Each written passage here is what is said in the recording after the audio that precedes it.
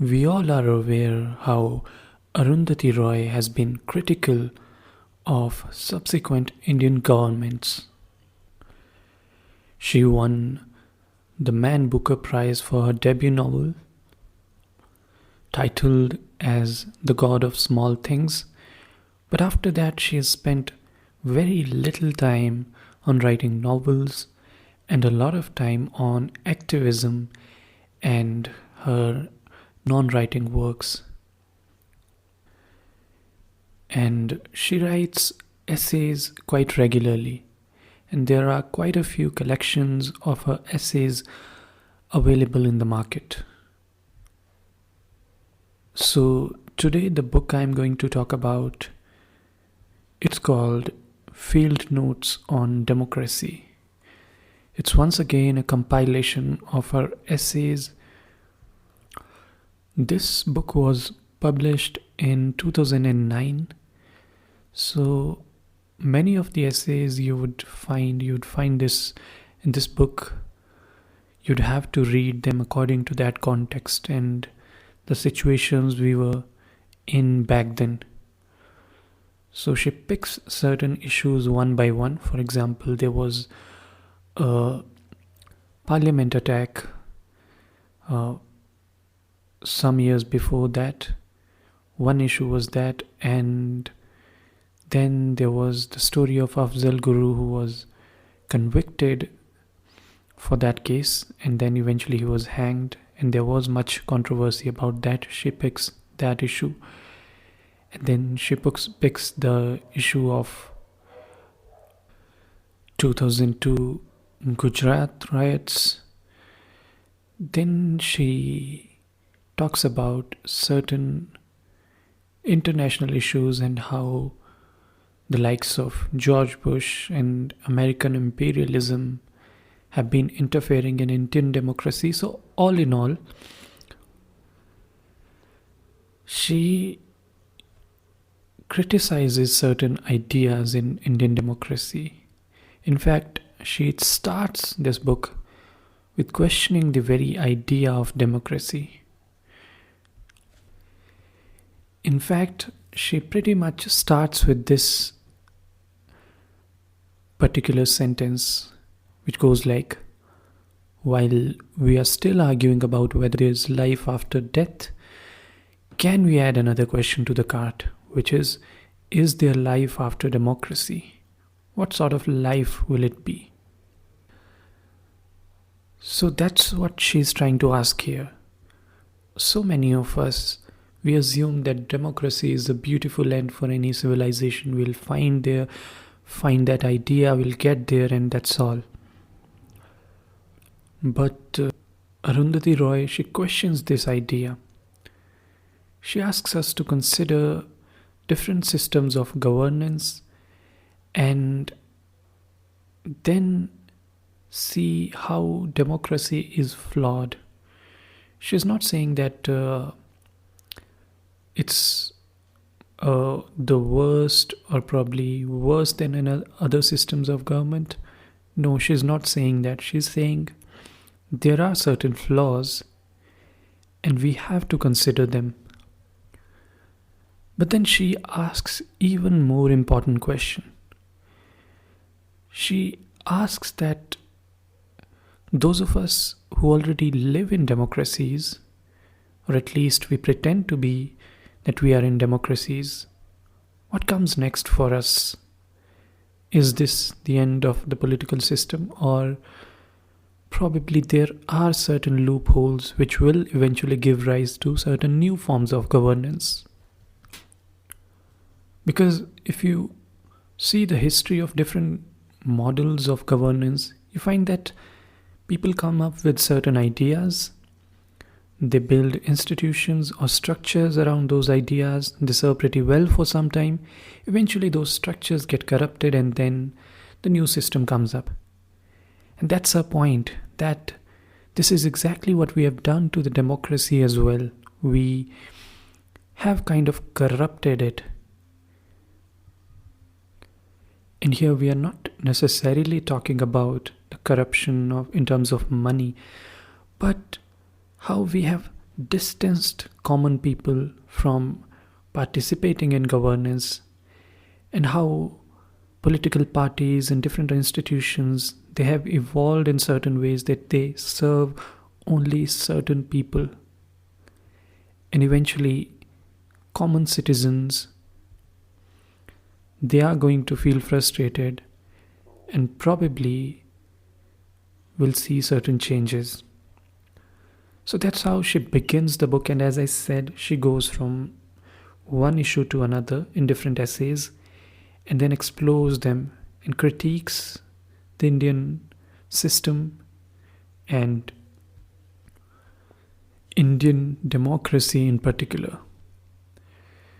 I'm going to read certain pages from this book, which are from her essay called as Azadi, which means freedom, and it's written in the context of Kashmir. And I'm sure a lot has been said and written about Kashmir, and we must also remember that since this essay was published, a lot of new developments have taken place in Kashmir. Yet I find it's quite interesting to go back to that time and see what was going on then. It's not really a long time, it's around 10-15 years, but it's still important, or rather significant, in terms of what's been happening in Kashmir and how the different parties are involved. So let me read the first few pages of this essay. Here we go. For the past 60 days or so, since about the end of June, the people of Kashmir have been free. Free in the most profound sense. They have shrugged off the terror of living their lives in the gun sights of 500,000 heavily armed soldiers in the most densely militarized zone in the world. After 18 years of administering a military occupation, the Indian government's worst nightmare has come true. Having declared that the militant movement has been crushed, it is now faced with a non-violent mass protest, but not the kind it knows how to manage. This one is nourished by people's memory of years of repression, in which tens of thousands have been killed, thousands have been disappeared, hundreds of thousands tortured, injured, and humiliated. That kind of rage, once it finds utterance, cannot easily be tamed, rebottled, and sent back to where it came from. For all these years, the Indian state, known among the knowing as the deep state, has done everything it can to subvert, suppress, represent, misrepresent, discredit, interpret, intimidate, purchase, and simply snuff out the voice of the Kashmiri people. It has used money, violence, disinformation, propaganda, torture, elaborate networks of collaborators and informers, terror, imprisonment, blackmail, and rigged elections to subdue what Democrats would call the will of the people. But now, the deep state, as deep states eventually tend to, has tripped on its own hubris and bought into its own publicity. It made the mistake of believing that domination was victory, that the normalcy it had enforced through the barrel of a gun was indeed normal, and that the people's sullen silence was acquiescence. The well-endowed peace industry, speaking on the people's behalf, informed us that Kashmiris are tired of violence and want peace. What kind of peace they were willing to settle for was never clarified. Meanwhile, Bollywood's cache of Kashmir Muslim terrorist films has brainwashed most Indians into believing that all of Kashmir's sorrows could be laid at the door of evil, people-hating terrorists. To anybody who cared to ask, or more importantly, to listen, it was always clear that even in the darkest moments, people in Kashmir had kept the fires burning and that it was not peace alone they yearned for, but freedom too. Over the last 2 months, the carefully confected picture of an innocent people trapped between two guns, both equally hated, has, pardon the gun, been shot to hell. A sudden twist of fate, an ill conceived move over the transfer of nearly 100 acres of state forest land to the Amarnath Shrine Board suddenly became the equivalent of tossing a lit match into the barrel of petrol. Until 1989, the Amarnath pilgrimage used to attract about 20,000 people who traveled to the Amarnath cave over a period of about 2 weeks. In 1990, when the overtly Islamic militant uprising in the valley coincided with the spread of virulent Hindutva in the Indian plains, the number of pilgrims began to increase exponentially. By 2008, more than 500,000 pilgrims visited the Amarnath cave in large groups, their passage often sponsored by Indian business houses. To many people in the valley, this dramatic increase in numbers was seen as an aggressive political statement by an increasingly Hindu fundamentalist Indian state. Rightly or wrongly, the land transfer was viewed as a thin edge of the wedge. It triggered an apprehension that it was the beginning of an elaborate plan to build Israeli-style settlements and change the demography of the valley. Days of massive protest forced the valley to shut down completely. Within hours, the protests spread from the cities to villages. Young stone pelters took to the streets and faced armed police who fired straight at them, killing several. For people as well as the government, it resurrected memories of the uprising in the early 90s.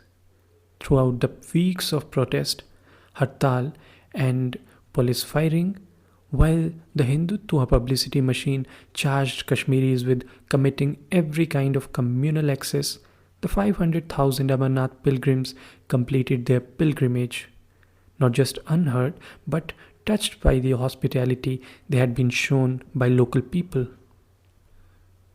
Eventually, taken completely by surprise at the ferocity of the response, the government revoked the land transfer.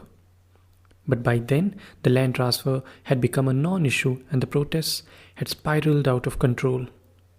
Massive protests against the revocation erupted in Jammu. There too, the issue snowballed into something much bigger. Hindus began to raise issues of neglect and discrimination by the Indian state.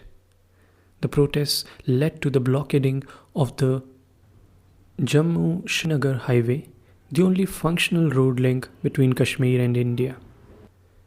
The army was called out to clear the highway and allow safe passage of trucks between Jammu and Srinagar.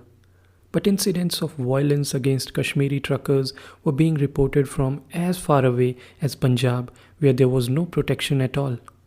As a result, Kashmiri truckers, fearing for their lives, refused to drive on the highway. Truckloads of perishable fresh fruit and valley produce began to rot. It became very obvious that the blockade had caused the situation to spin out of control. The government announced that the blockade had been cleared and that trucks were going through. Embedded sections of the Indian media, quoting the inevitable intelligence sources, began to refer to it as a perceived blockade, and even suggest that there had never been one. But it was too late for those games. The damage had been done. It had been demonstrated in no uncertain terms to the people in Kashmir that they lived on sufferance, and that if they did not behave themselves, they could be put under siege, starved, deprived of essential commodities and medical supplies. The real blockade became a psychological one. The last fragile link between India and Kashmir was all but snapped. To expect matters to end there was, of course, absurd. Hadn't anybody noticed that in Kashmir, even minor protests about civic issues like water and electricity inevitably turned into demands for Azadi? To threaten them with mass starvation amounted to committing political suicide. Not surprisingly, the voice that the government of India has tried so hard to silence in Kashmir has masked into a deafening roar. Hundreds of thousands of unarmed people have come out to reclaim their cities, their streets, their mohallas. They have simply overwhelmed the heavily armed security forces by their sheer numbers and with a remarkable display of raw courage. Raised in a playground of army camps, checkpoints, and bunkers, with screams from torture chambers for a soundtrack, the younger generation has suddenly discovered the power of mass protest, and above all, the dignity of being able to straighten their shoulders and speak for themselves, represent themselves. For them, it is nothing short of an epiphany. They are in full flow. Not even the fear of death seems to hold them back. And once that fear has gone, of what use is the largest or second largest army in the world? What threat does it hold? Who should know that better than the people of India who won their independence in the way that they did? The circumstances in Kashmir being what they are, it is hard for the spin doctors to fall back on the same old to claim that it's all the doing of Pakistan's ISI or that people are being coerced by militants.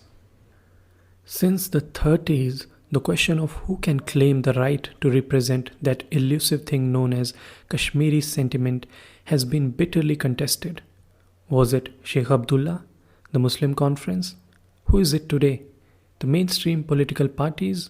The Hurriyat? The militants? This time around, the people are in charge.